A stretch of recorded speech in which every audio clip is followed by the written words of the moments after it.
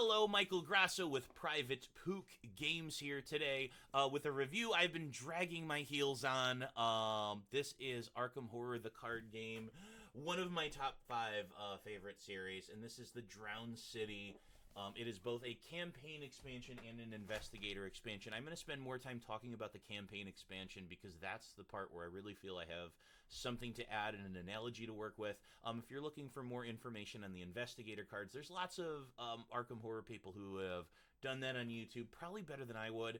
The long and short of it would be with the investigator packs, as I would say, much like the campaign expansion, it is not as good as Hemlock Vale. That is a really hard act to follow. Hemlock Vale was one of my favorites they've done. Following up with the Drowned City, we're going to talk today about, unfortunately, that the reason why I was dragging my heels on this is because I really wanted to like it, and I honestly, for the most part, don't. I'm not going to say it's a terrible campaign. There are things that are strong, and if you really like Cthulhu, you've probably been waiting for this type of campaign for a really long time. I hope you greatly enjoy it. For me, as someone who the particular Lovecraft stories they choose to inspire these from is way less important than how it feels to play the campaign. That's just where I prioritize. That's how I feel about the game. So where does this lay? I'm going to start with an analogy, all right?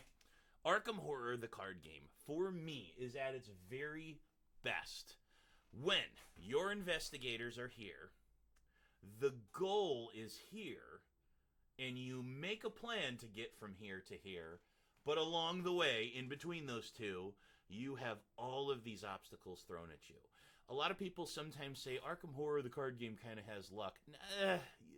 Yeah, it has bad luck and even worse luck. It is a disaster mitigation game. Tempo is important. Doing things in a certain time frame is important. There is always something horrible either chasing you or in front of you or blocking your path. And I particularly like when you see your goal and getting there requires you to constantly adjust and respond to all of these different awful things that are happening. And like I said, nothing ever good happens in any Arkham Files game, but in Arkham Horror, the card game, that makes for such an amazing tense experience sometimes. Not every scenario is perfect, but man, when this game fires, it fires on all cylinders. Now, there's another way it manifests too, and sometimes this way works, but they do it a lot in the Drowned City, and it, unfortunately, for the most part, for me, does not work. And that's where, instead of having your investigators here, and your goal here, and having all these terrible things in the middle stopping you or causing you to redirect or replan and think about how you might use cards differently, instead,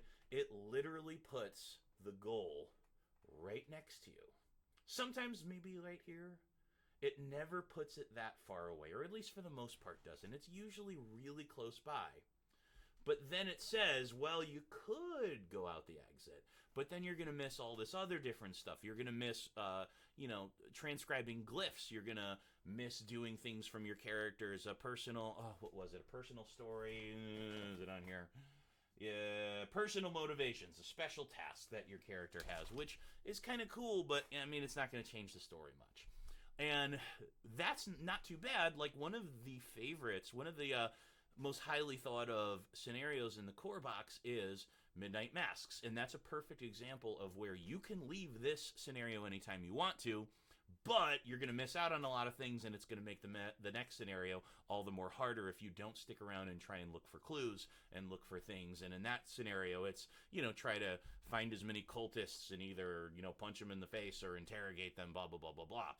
They do the same thing in the Drowned City, but what does not work here for me personally, and may work for you, is that oftentimes hanging around and trying to find glyphs, trying to find clues, trying to follow your tasks ends up being just an inherently frustrating experience. Not always. Even when I played the first scenario, my first thought was, wow, this is an easy scenario.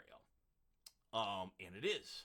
If you go to the exit the moment you can. But what you should be trying to do is all these other extra things, transcribing the glyphs for later in the game and hoping that your campaign goes a little better. The problem is the longer you stay around, the more you kind of end up running into what I found to be frustrating mechanics. A couple examples. Flood tokens are back. Those are something that provided a lot of intensity for the most part in Innsmouth conspiracy. It has things where you're trying to avoid, drowning in ways that are very tense and very exciting. In this one, it's just, oh, well, that place you need to go through or you need to get something from, it's underwater, and, good luck. And it's not necessarily difficulty based. It's just there never really was much engagement in how you interacted with them. Yeah, there's like a scenario where you control a few water things. It never felt that much agency. It ends up just more feeling frustrating, and it also ends up feeling kind of samey. I know that in particular, I chose. There's a choice, and this is where I'm going to get into. It's not really spoilers. It's light spoilers. This kind of goes into the narrative and how this plays in and how there's no agency. One of the first decisions you have to make after the first scenario, the last job is your first scenario. I'm not going to talk about what happens in that, but when you're done with it, you are offered a job, and your investigators have to decide to take it or not to take it.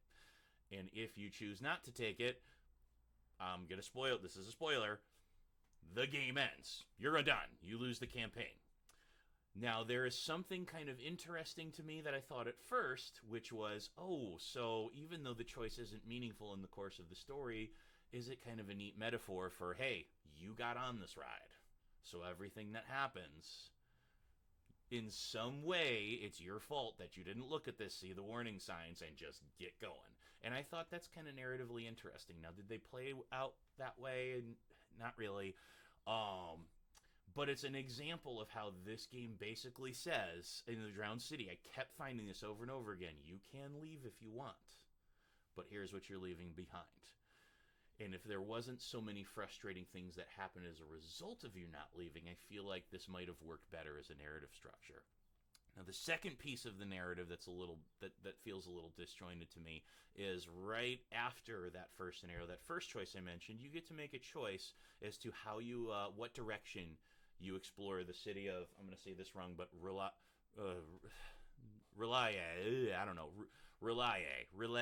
whatever. The city you're going to, the Drowned City that I can't pronounce clearly.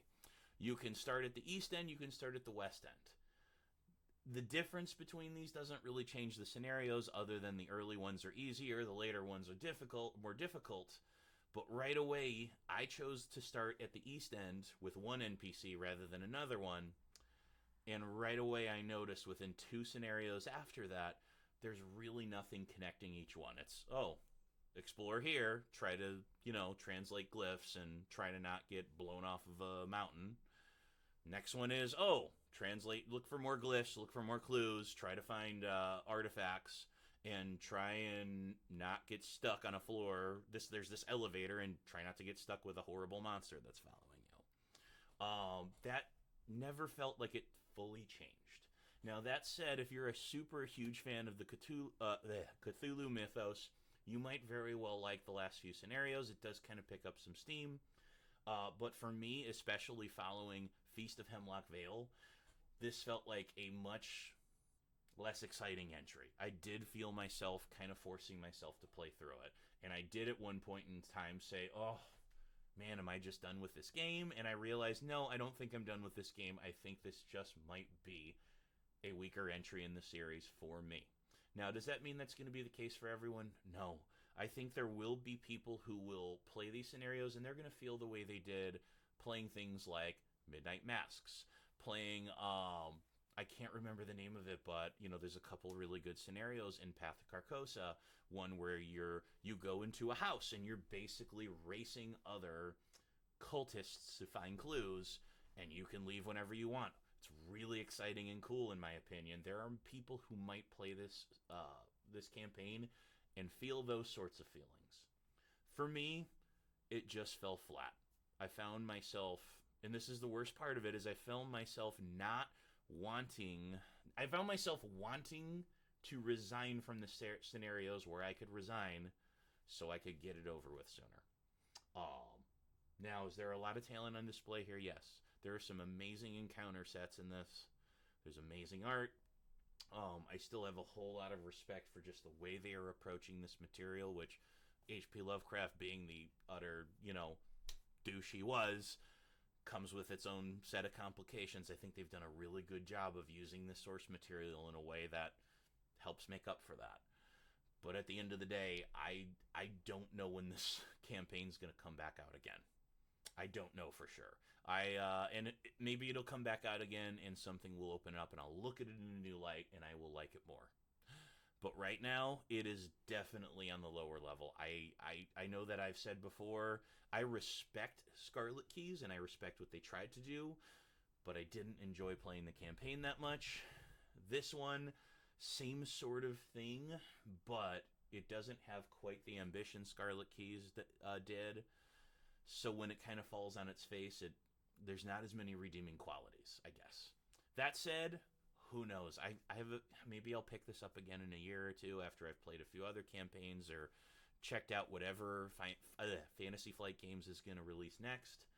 But right now, good try. I hope you enjoy it as a player. If you're a player, I cannot inherently recommend it.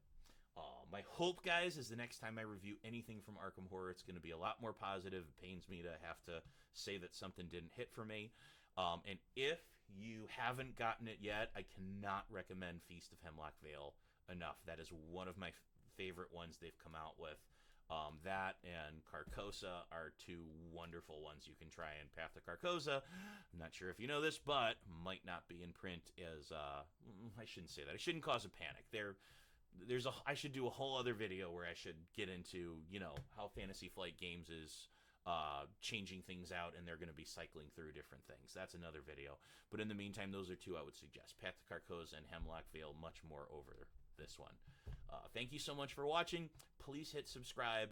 If you have any, if you want to share any, like which investigator you use when you play, if you want to share any cards you like from the set, I do think the set's pretty good. The cards, I can tell they're a little more basic because they're trying to dim down the complexity for some of these new ones, but it's still got some good cards. Not as good as Hemlock Vale, but some good ones. Feel free to share those. Otherwise, thank you so much, and hopefully my next review will be something I enjoy a little more.